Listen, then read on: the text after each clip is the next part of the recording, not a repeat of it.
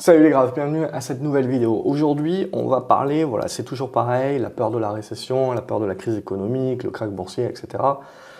Et donc tout de suite, on va comparer. Alors il y a de l'inflation en ce moment, donc tout de suite les années 70, crise du pétrole, etc. Donc années 70, évidemment, on part tout de suite là-dessus.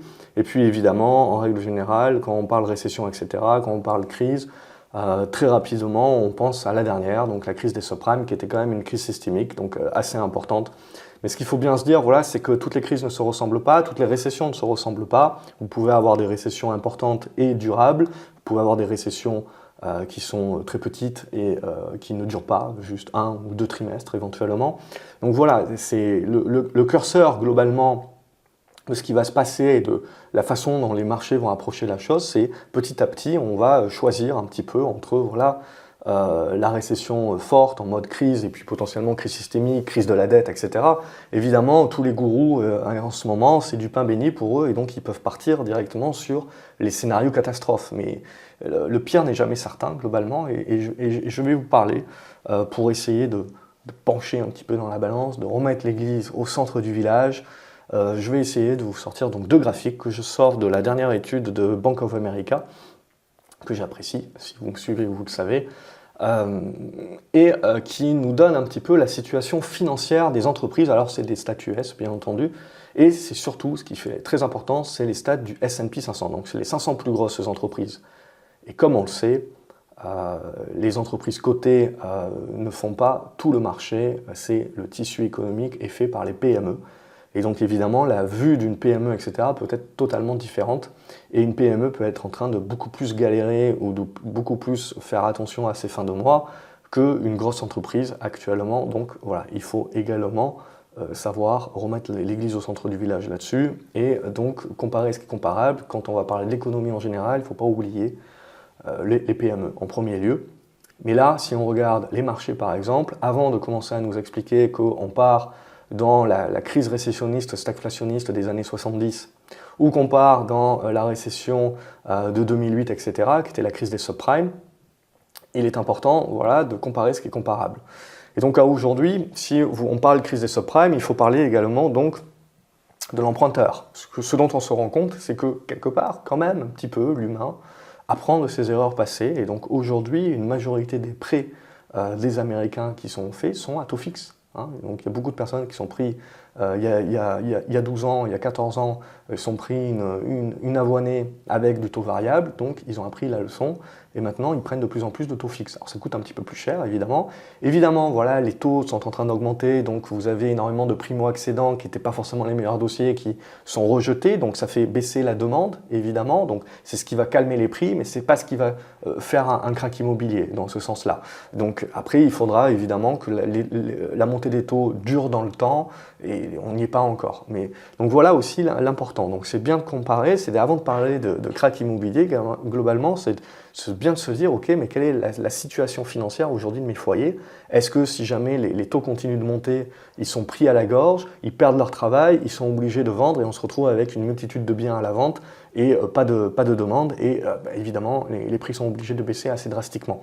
Aujourd'hui, les conditions financières du consommateur sont quand même nettement meilleures qu'à l'orée justement de la crise des subprimes. Donc c'est difficile de comparer et de dire on est là-dessus. Qu'il y ait une baisse des prix, qu'il y ait en effet un marché qui se cherche, potentiellement oui. Après le marché américain va être très différent du marché européen, le marché français va être très différent et à l'intérieur même de marché français, le marché par ville, le marché par quartier, voilà, vous le savez très bien mieux que moi, c'est une question de marché de la même manière qu'en bourse. Vous allez avoir les indices, les zones géographiques, les indices boursiers, à l'intérieur les secteurs d'activité, à l'intérieur des secteurs d'activité, des leaders, des challengers, et puis les mecs qui sont en retard.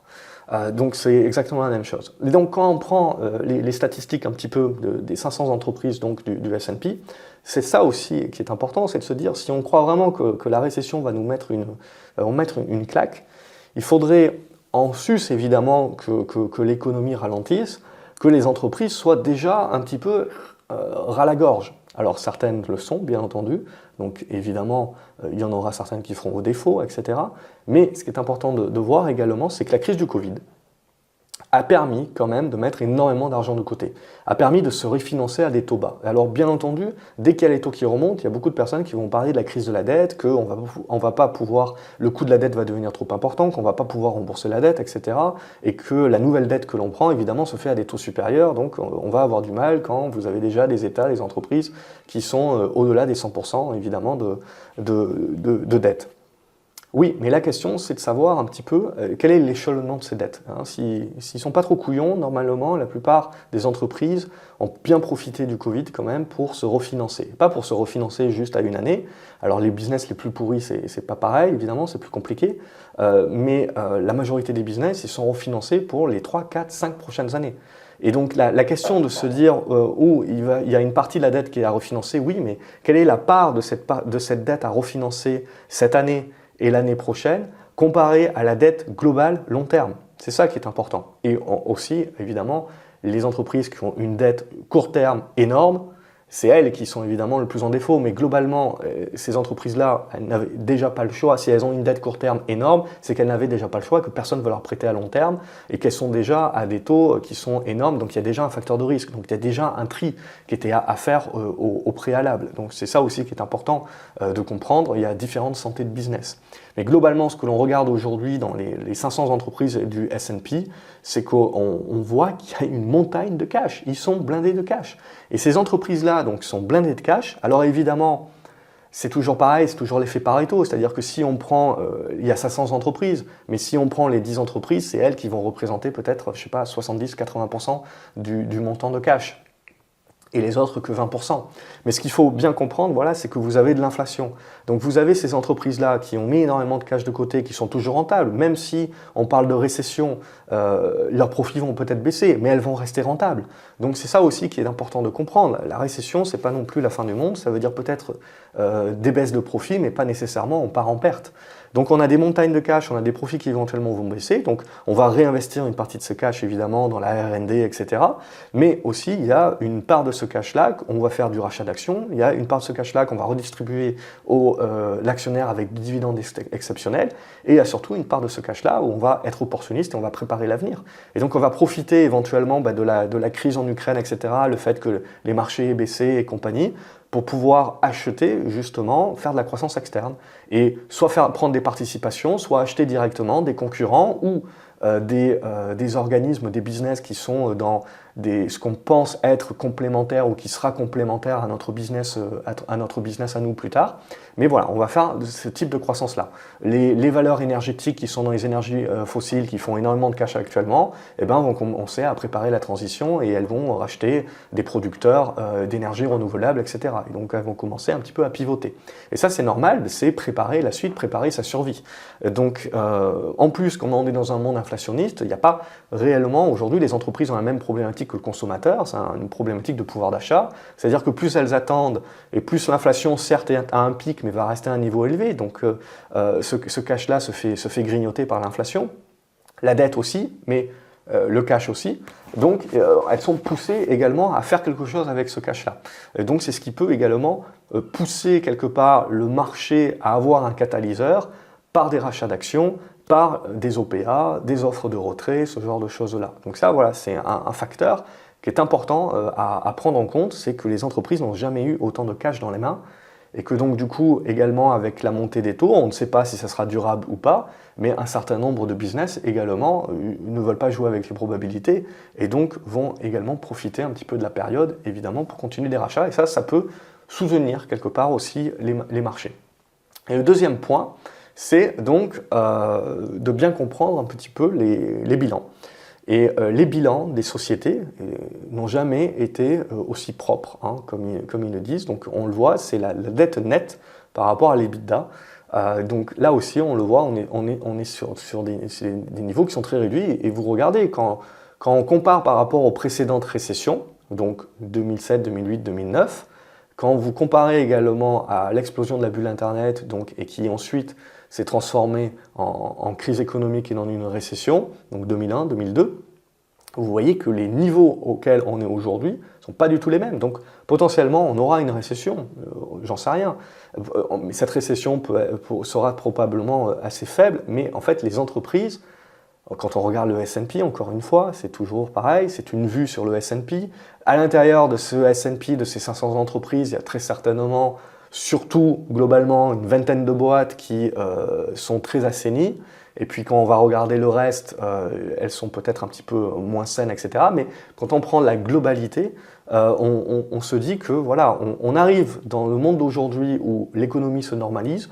Potentiellement, on se prendra de la stagflation ou de la récession, on a de l'inflation, mais finalement, les entreprises, en fait, historiquement, n'ont jamais été dans une meilleure posture pour approcher éventuellement un épisode récessionniste. Donc c'est ça qui est important de se dire, c'est pas seulement d'avoir peur de la récession, etc., c'est dans quel état on arrive, c'est un petit peu comme nous, hein, on sait globalement. Quand je vais faire un match de tennis, globalement, je sais quelle est la force de mon adversaire. Je sais quel est son niveau. Je connais également mon niveau, mais de par différentes raisons, si je me suis entraîné ou pas suffisamment, etc., je sais que j'arrive avec une condition qui est plus ou moins bonne. Et plus ma condition est bonne et plus j'augmente mes chances, en effet, de pouvoir faire face à mon adversaire.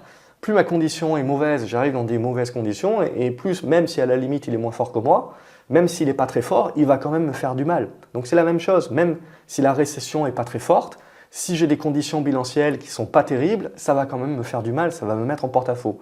Si même la récession est forte, mais j'ai un très bon bilan et je suis solide, ben, je suis capable de résister peut-être plus longtemps. Et donc c'est là où le curseur va être énormément bougé sur les marchés, c'est de se dire, on a une santé aujourd'hui qui est quand même meilleure et donc on aborde une normalisation économique qui est meilleure, ce qui fait que, on ne sait pas encore aujourd'hui le dire, mais même si on devait partir sur une récession et plus ou moins forte, et plus forte que moins forte à la limite, on peut se dire que peut-être les business auraient une capacité de résilience plus longue que ce que l'on croit. Alors bien entendu, on est dans une dégradation économique, ça se fait petit à petit, et puis on sera capable de répondre à la question qu'au fur et à mesure. Mais voilà, c'était également approcher, ne pas oublier d'approcher la problématique et la peur de la récession. Mais il ne faut pas sous-estimer la condition dans laquelle on arrive justement dans cette potentielle récession. Alors bien entendu, après la condition in fine, ça sera de se dire est-ce que la récession sera importante ou pas. Mais en gros, c'est là où on se rend compte que comme on arrive dans une bonne condition, dans une bonne forme, éventuellement, le marché peut ne pas sombrer tout de suite globalement sur cette crainte de la récession. Vous pouvez avoir une certaine résilience. Donc c'est ça aussi qui est important pour nous quand on étudie la macro, etc. C'est bien voilà, de ne pas être surpris non plus par le marché quand il ne réagit pas du tac au tac et de bien comprendre un petit peu cet effet de digestion et cet effet un petit peu de condition. Et c'est un effet également qui est très lié au flux. Voilà, j'espère que cette vidéo a pu vous intéresser, vous a plu. N'hésitez pas à me dire ce que vous en avez pensé dans les commentaires, comment vous approchez la chose. Likez la vidéo, partagez-la avec d'autres investisseurs que ça peut aider, abonnez-vous à la chaîne pour ne rien louper et regardez une autre vidéo qui doit s'afficher à l'écran. Salut les graphes, à la prochaine.